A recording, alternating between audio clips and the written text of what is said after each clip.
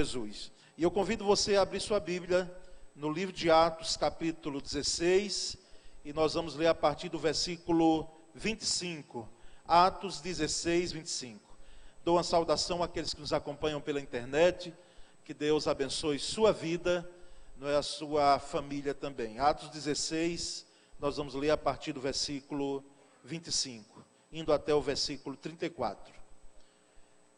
E perto da meia-noite, Paulo e Silas oravam e cantavam hinos a Deus, e os outros presos os escutavam. E de repente sobreveio um tão grande terremoto, que os alicerces do cárcere se moveram, e logo se abriram todas as portas, e foram soltas as prisões de todos. E acordando o carcereiro, e vendo abertas as portas da prisão, tirou a espada e quis matar-se, cuidando que os presos já tinham fugido. Mas Paulo clamou com grande voz, dizendo: não te faças nenhum mal, que todos aqui estamos. E pedindo luz, saltou dentro, e todo trêmulo se prostrou ante Paulo e Silas. E tirando-os para fora, disse: senhores, que é necessário que eu faça para ser salvo?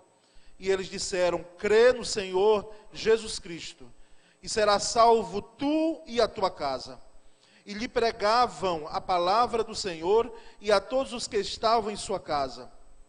E tomando-os ele consigo, naquela mesma hora da noite, lavou-lhes os vergões, e logo foi batizado, ele e todos os seus. Versículo 34 e último.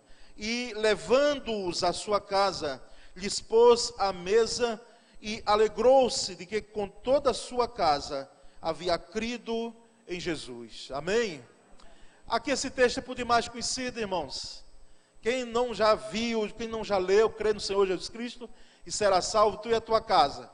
Reputo como o versículo mais conhecido desses versículos que nós lemos aí, não é? E às vezes nos prendemos e não há problema algum, até porque foi de uma forma maravilhosa, surpreendente, espetacular, miraculosa, o que aconteceu com Paulo e Silas, não é? Como é que eles estão presos? E eu não quero aqui trazer o contexto da prisão, porque senão seria uma outra mensagem, mas eles estavam presos porque pregavam o evangelho, não é? E alguém ficou descontente porque eles, através da instrumentalidade de suas vidas, libertaram uma moça que era uma adivinha, era uma moça que tinha um tipo de premonição, e aquilo estava dando lucro aos seus donos, não é? Às pessoas que estavam sob o poder dela. E descontentes porque essa moça foi alcançada por Jesus, eles levam Paulo e Silas aos magistrados da época, e então Paulo e Silas se encontram na prisão sem nenhum julgamento, não é? Embora as leis venham de Roma, não é, advogados? E aqui há uma quebra total, né, dos magistrados em relação à lei romana, que era criteriosa, não é? Já ouvi vários e já li, não é, professores e acadêmicos dizendo que muitas das leis que nós temos, não é, doutor Janildo, elas ainda se reportam ao costume romano. Então, mas aqui houve uma quebra, os magistrados não se importaram atender todo aquele processo que era natural, né, diante de alguém ser julgado diante de Roma, de tal forma que Paulo e Silas estão presos lá, porque estavam pregando o evangelho, porque estavam anunciando Jesus. E perto da meia-noite, diz o versículo 25 que nós lemos, eles começaram a fazer um culto, não é? Você já fez culto de madrugada? Não é? Até as vigílias parece que elas estão mais pontuais, mais esporádicas. Eu lembro de uma época que nós fazíamos vigília com muita assim, sistematicidade, havia até porque a agenda parece que de crente era outra, não sei, as madrugadas, eles estavam fazendo esse culto. Era momento de sono, era momento de estarem dormindo, eles estavam presos. Eu imagino aquela cela, a situação como estava, um calabouço, o cheiro que exalava daquele local, a situação onde eles se encontravam.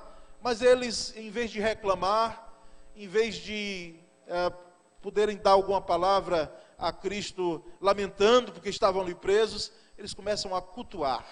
Eles começaram a louvar a Deus. Eles começaram a entoar hinos de louvor. Eles começaram a orar. E isso, irmãos, os presos ouviam. De tal forma que um carcereiro existia ali. E olhe, note bem a função desse carcereiro. Muitas vezes, se o carcereiro, ele permitisse de alguma forma, às vezes sem o consentimento dele até, mas que uma rebelião tal que acontecesse, e alguns presos fugissem, e fosse comprovada a negligência dele, aquele carcereiro pagaria, quem sabe, com a vida. Há alguns comentaristas que trabalham com isso. Eu fico imaginando a Paulo e Silas cantando, o carcereiro dormindo, porque o texto diz que ele depois acordou com um terremoto, os outros presos ouvindo, quem sabe os presos ali ouvindo e dizendo, mas endoidaram mesmo. Esse povo que diz que ser do caminho de Jesus, está cantando de madrugada, está cantando à noite, quem já viu isso? Mas eles estavam ouvindo ali. E o texto diz que surpreendentemente, houve o quê? Um terremoto. Os alicerces do cárcere se moveram. As cadeias que estavam prendendo, e aí eu fui me deter ao texto, eu digo, meu Deus, será que foram só as cadeias de Paulo e Silas que se soltaram? Você já pensou sobre isso? Foram só as de Paulo e Silas? Não. A ideia do texto é que as cadeias de todos os presos se soltaram ali. Imagina, que coisa surpreendente para quem é um carcereiro, para a segurança pública, não é? Se acontecesse isso todos os dias. Mas Deus tinha um propósito nesse negócio, irmãos.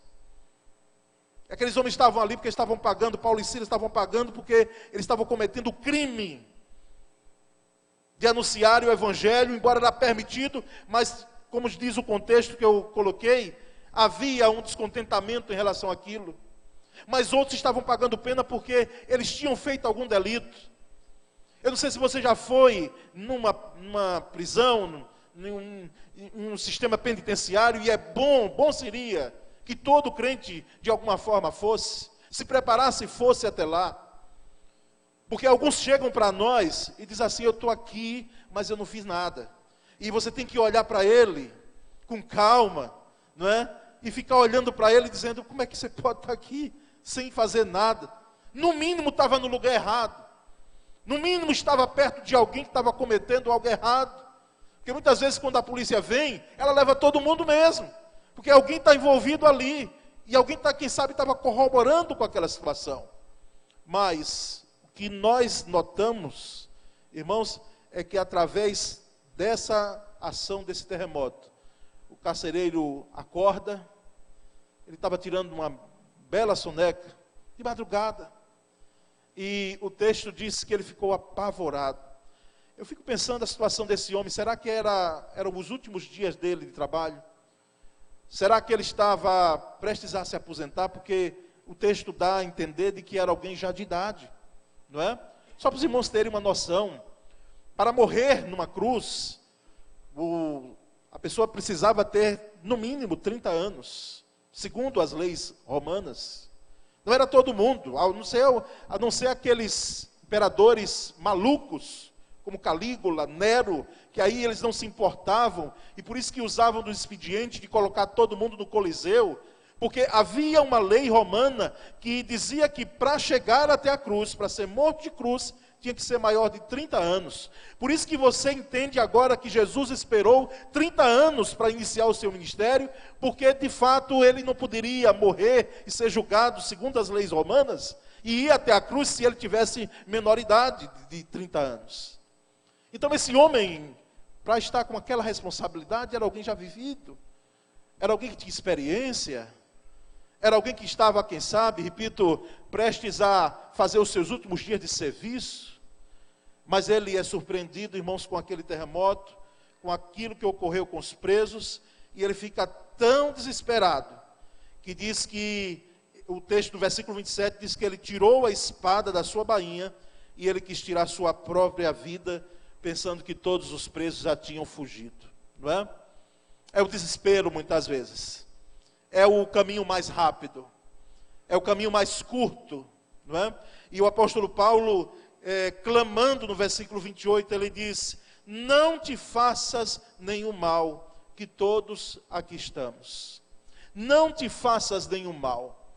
diante de desespero, diante de situações as mais adversas, preocupantes da sua vida, onde a sua própria vida está em xeque, qual é a sua atitude? O que é que você tem feito? Nós temos uma máxima, nós pastores e conselheiros de um modo geral, quando as pessoas elas estão no momento de crise, elas estão no momento de desespero, e quem é que não passa isso? Quando elas estão com a situação toda nebulosa, não há visibilidade boa, não há condições, irmãos, de tomar uma atitude. E aí nós geralmente aconselhamos que a pessoa espere abaixar a poeira, que se tenha luz para decisões, porque as decisões que são tomadas diante de uma situação desesperadora, elas têm tudo para serem decisões erradas. As decisões que são tomadas, muitas vezes, diante de situações as mais estrondosas que ocorrem conosco, se você agir naquele momento, tem tudo para dar errado. Aquele homem tirar a sua própria vida, ele não tinha dimensão do problema, mas ele imaginava. Foi quando ele teve uma voz alto lá. Ele teve uma voz de alerta: não te faças nenhum mal com a sua própria vida. Não faça essa loucura de tirar a sua própria vida.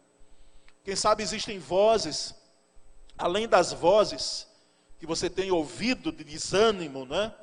De que está tudo acabado, de que não tem solução muitas vezes, de que vai ser de mal a pior, e algumas pessoas emprestam a sua boca para que essas vozes cheguem até você, pessoas que geralmente estão perto, e quando você ouve, incomoda-se com isso, mas junto com essas vozes existe uma voz dizendo: calma, espere, alto lá, não te faças nenhum mal. Meus queridos, os índices de suicídio, e aqui não é o contexto, mas esse homem, ele ia tirar a sua própria vida por causa do desespero. Mas os índices de suicídio, eles são enormes. Eles têm crescido assustadoramente a cada dia. E isso não tem a questão de países desenvolvidos, subdesenvolvidos, com economia estável ou não, porque quando vem de forma avassaladora no coração. E esse homem estava de fato desesperado. E quem sabe tem gente desesperada aqui. O contexto é diferente, mas você tem passado uma situação tal que você diz: pastor, não tem mais condição. Mas não te faças nenhum mal. Nem te faças nenhum mal, jovem, adolescente. Nesse mundo que tem levado os nossos filhos, muitas vezes a atitude de tirar até a própria vida. Tirar a própria vida. Eu conheci histórias já, porque o pai não permitiu o namoro de um adolescente com alguém que ele não queria, não entrava na cabeça dele, aquele rapaz namorar com a sua filha de 15 anos. E essa menina um dia faz uma atrocidade. Ela deixa uma marca para sempre naquela família, que ela tira a sua própria vida. E a cena, para quem viu na época, aqui no interior do estado, era triste, porque o pai pega a menina e sai com ela nos braços, e ele ficou um tempo de reclusão, onde ele mesmo se desprezou e se culpava. Então não te faças nenhum mal. Não te faças nenhum mal, é a palavra, é a voz que agora você está ouvindo através dessa pregação. Mas o texto vai adiante, irmãos, e diz que esse carcereiro, nesse momento desesperador, ele tem uma pergunta fundamental. Porque ele vai entender que a situação dele é uma necessidade que todos nós temos. E que tem gente que ainda não entendeu. Porque quando nós falamos de salvação, as pessoas, eu já vi gente perguntando assim: mas salvar de quê? Não é? Salvar para quê? Por acaso nós estamos perdidos? Muitas vezes nós estamos perdidos dentro de nós mesmos. Estamos perdidos porque sabemos que o sentido da vida humana é uma vida que ela precisa ter uma condição que liga até Deus, e o firmamento dela, o alicerce dela esteja firmado em Deus em relação à vida eterna, que é algo que nós temos um questionamento dentro do nosso coração. Todas as civilizações, Elas de alguma maneira questionavam a vida após a morte. Será que a vida é só isso? Acabou aqui e foi embora? Não. Existe uma inquietação nossa lá dentro. E nós entendemos todo o plano de salvação nas Escrituras. De que Jesus foi enviado justamente para nos religar a Deus. Para trazer vida abundante. E esse homem pergunta: o que é que eu devo fazer de fato? Me diga agora. E Paulo, sem hesitar, crê no Senhor Jesus Cristo, e será salvo tu e a tua casa. Sabe o que é isso, irmãos?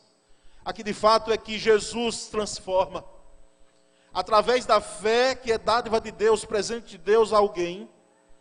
Jesus transforma essa vida, fazendo com que alguém que ia tirar sua própria vida, tenha a vida agora totalmente diferente.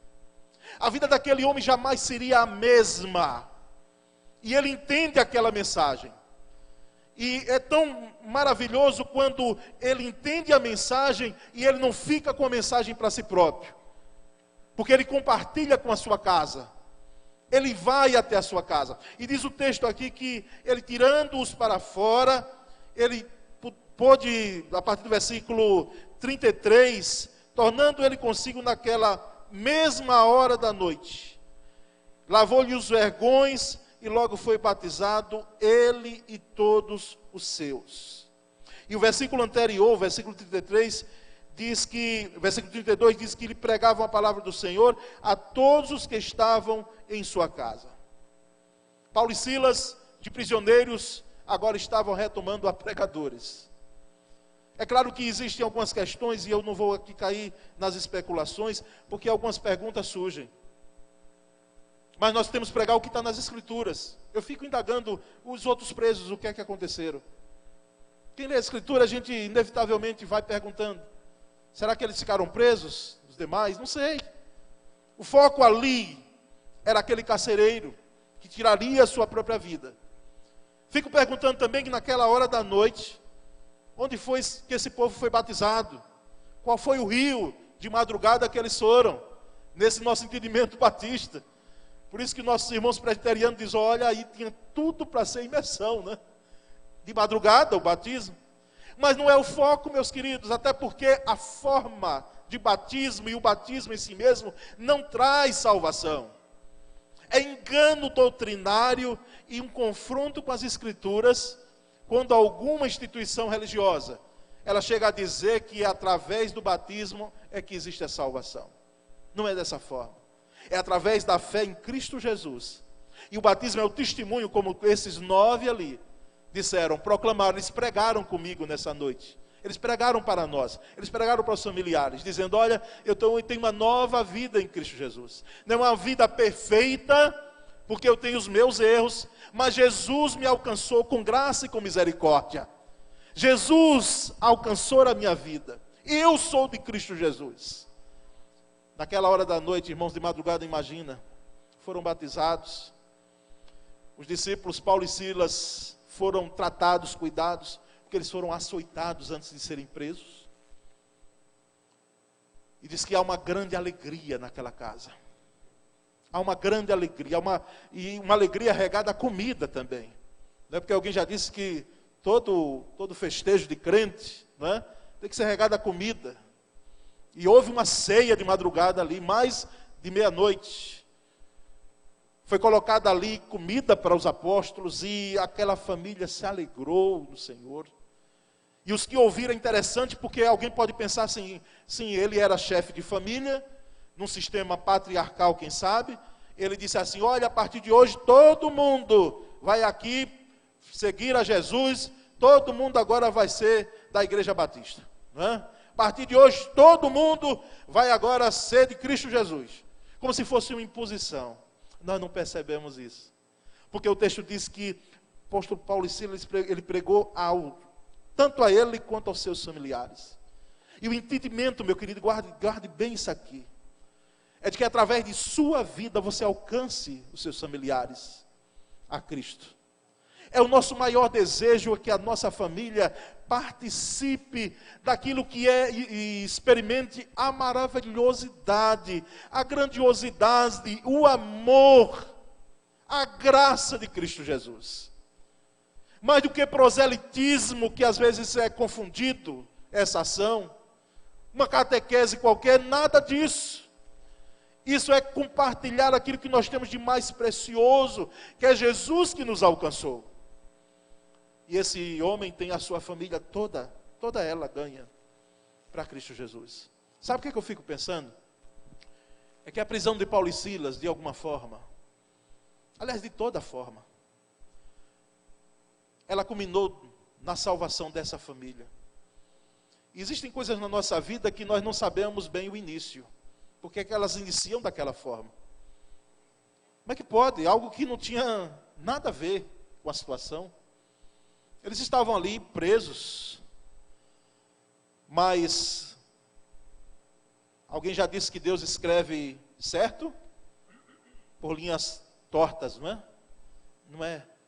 Não há como concordarmos com isso. Porque Deus sempre escreve certo. Dentro dos propósitos de Deus, imagine comigo agora, pense se você não concorda comigo. Dentro dos propósitos de Deus já havia aquela situação, e Deus já tinha um propósito de libertar aquela família, de alcançar aquela família, por caminhos que nós não imaginávamos, como uma prisão de servos do Senhor, mas que culminou em alegria naquela família. O versículo 34 diz que toda a sua casa havia crido em Deus, e houve alegria, houve festejo. Irmãos, quando nós temos gente como nessa noite, nós vimos descer as águas batismais, é a alegria da igreja. Quando nós percebemos gente tomando a opção por Cristo, e abraçando os caminhos do Senhor, há uma alegria no meio da igreja. Quando nós percebemos familiares nossos, que muitas vezes estão totalmente distantes, apáticos, indiferentes ao Evangelho de Cristo. E quando eles, quem sabe às vezes por situações até desesperadoras, eles alcançam, ou são alcançados por Cristo Jesus, há uma alegria em nossa família. Ah, irmãos, como é maravilhoso perceber que Jesus transforma vidas. Ele transformou a minha vida. E Ele transformou a vida de muita gente aqui neste lugar. E Ele transformou a vida de gente, não é, que jamais as pessoas davam nada mais. Ninguém dava mais nada, Ele transformou. Ele transformou a vida de um ladrão, olha que situação. Não é? Aquele homem estava ali, eu imagino que ele fez para estar morrendo de cruz, pena capital na época. Ele não era um ladrão bom, como eu digo. Não existe ladrão bom. Já diz que o ladrão vem para roubar, matar e destruir. Mas aquele homem lá daquela cruz, naquela tarde de Jerusalém, ele foi alcançado por Jesus, e é tão interessante que ele nem se batiza. Mas ele recebe uma promessa de Jesus, hoje mesmo, estarás comigo no paraíso. E Jesus transformou a vida daquele homem, como Ele tem transformado a vida de muita gente, e como Ele quer transformar a sua vida nessa noite. Existe uma diferença entre mudar de fato, mudar aparentemente, de fora, às vezes no rótulo, mas mudar lá dentro. A transformação verdadeira, ela parte de dentro para fora. E Jesus alcança coração, que é o local especial para a mudança. E Ele muda e transforma vidas. E quem sabe nessa noite existe gente aqui que precisa dessa mudança, dessa transformação, que só Jesus faz. A Bíblia ela é cheia, ela é repleta de pessoas, os evangelhos de uma forma muito maravilhosa. Pessoas que foram alcançadas e transformadas por Jesus. Elas foram transformadas, elas tiveram suas vidas mudadas e as suas famílias mudadas. Esse é o seu caso nessa noite. Você precisa de uma mudança, de uma transformação. E que não é você que pode operar, porque senão você já tinha feito. Existem mudanças que nós não temos o poder de fazer. Dentre elas são as mudanças que ocorrem lá dentro do nosso coração, da nossa vida íntima. Aí só Jesus é que entra lá com o poder e a graça dele. E ele faz com que esse terreno seja alcançado com a palavra que está sendo ministrada, por exemplo, nessa noite. Não te faças nenhum mal. Tenha luz agora. A luz que pode iluminar o seu coração, a sua vida, para que a sua vida seja mudada. Interessante que Jesus, ele fisicamente não estava aqui nesse episódio, mas a manifestação do poder de Jesus foi sentida ali. Nós não estamos vendo Jesus aqui, visivelmente, com os nossos olhos físicos, mas não há nenhuma dúvida de que Jesus, transformador de vidas, Ele está aqui. Ele está agora mexendo com seu coração. Pregador nenhum, meus queridos, pode fazer com que uma vida venha a ser transformada. Pode ter uma oratória ilibada. Pode ter uma palavra surpreendente. Pode falar tão bonito. Mas a mudança de vida, só quem faz é Jesus. E Jesus quer mudar o seu viver. Porque Ele é a luz que pode iluminar a sua vida. Nós vamos entoar esse cântico. E é o tempo que eu gostaria de oportunizar para quem precisa ter algo, necessita. Se você não necessitar, não é o seu caso. Mas você necessita de algo mudado na sua vida, transformado na sua vida. Às vezes não é uma questão apenas de mudança lá dentro, em termos de receber Jesus, porque você já o recebeu, mas é uma mudança que precisa ocorrer, e você sabe que necessita na sua vida. E ao tempo que estivermos cantando, se você quiser vir aqui à frente, eu quero orar com você, quero orar com a igreja, pela sua vida. Se você entende que Jesus é necessário para você, para transformar situações da sua vida, que você precisa, e dentre elas, essa dor que muitas vezes alcança o seu coração, em relação a até, quem sabe, o que fazer da vida. A vida é só isso, é tão vão assim. Será que não há nenhum sentido a mais? No tempo que estivermos cantando, eu gostaria que você viesse, mas sem nenhum temor de se expor aqui à frente, porque todos nós temos algo a ser mudado em nossa vida. Vamos então entoar esse cântico, e eu aguardo você vindo aqui à frente. Vamos cantar em pé? Jesus Cristo mudou o meu viver. Ele é transformador de vidas.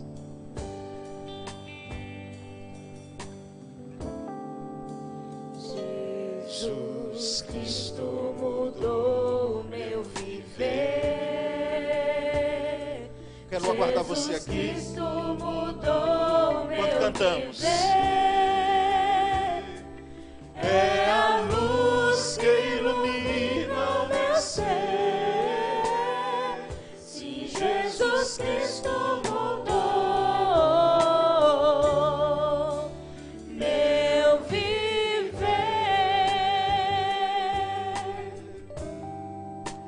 diferente hoje é o meu coração. Diferente hoje é o meu coração. Cristo deu-me faz-me perdão. Sim, diferente hoje é o meu coração.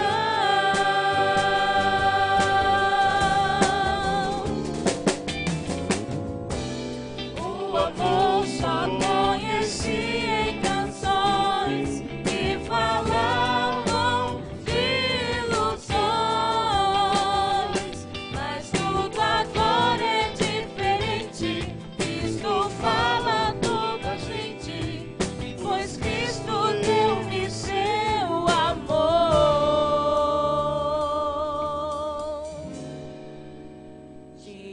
Jesus Cristo mudou meu viver. Jesus Cristo mudou meu viver. É a luz que ilumina o meu ser.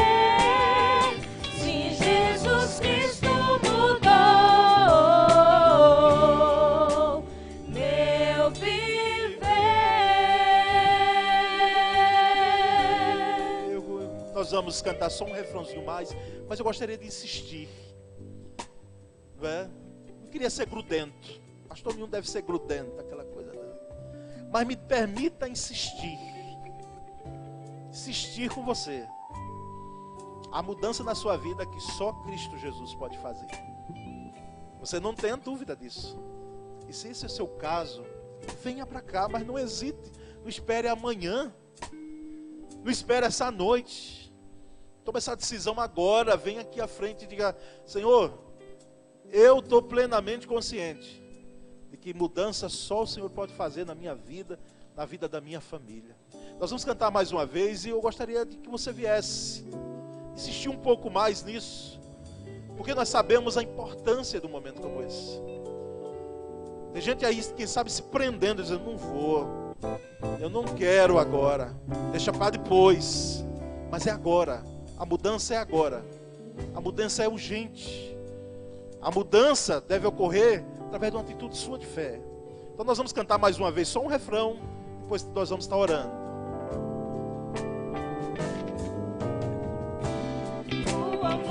Só conheci em canções que falavam de ilusões,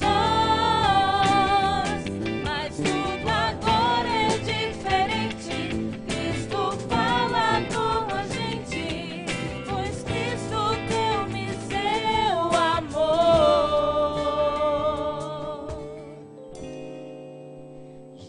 Jesus Cristo mudou meu viver. Jesus Cristo mudou meu viver. É a luz que ilumina meu ser. Sim, Jesus Cristo mudou meu viver.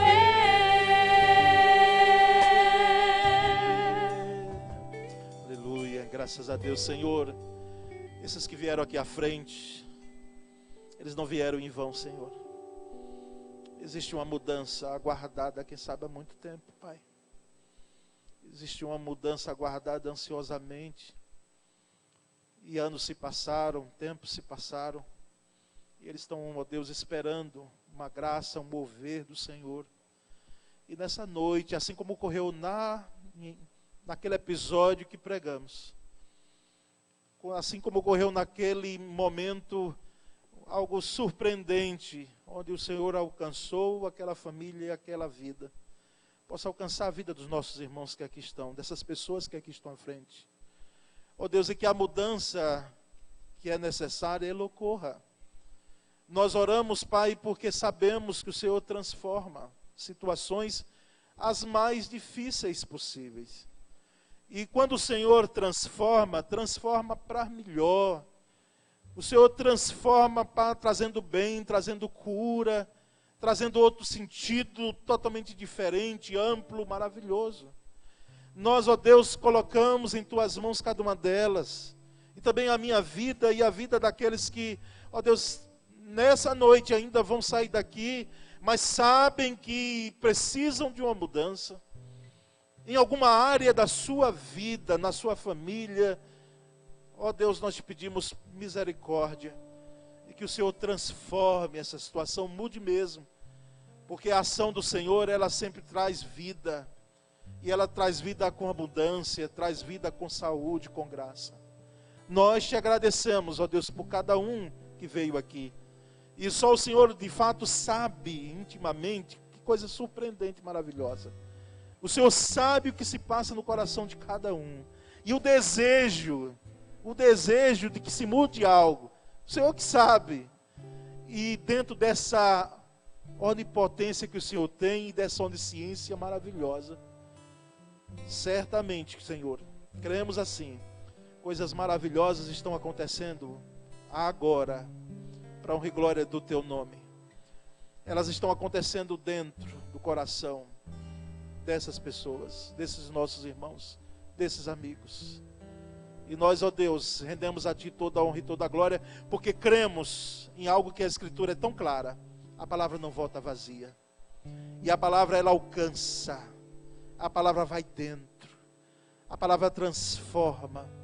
A palavra, Senhor, gera vida. Muito obrigado, Senhor. Nós oramos e agradecemos. Em nome de Cristo Jesus. Amém. Graças a Deus. Também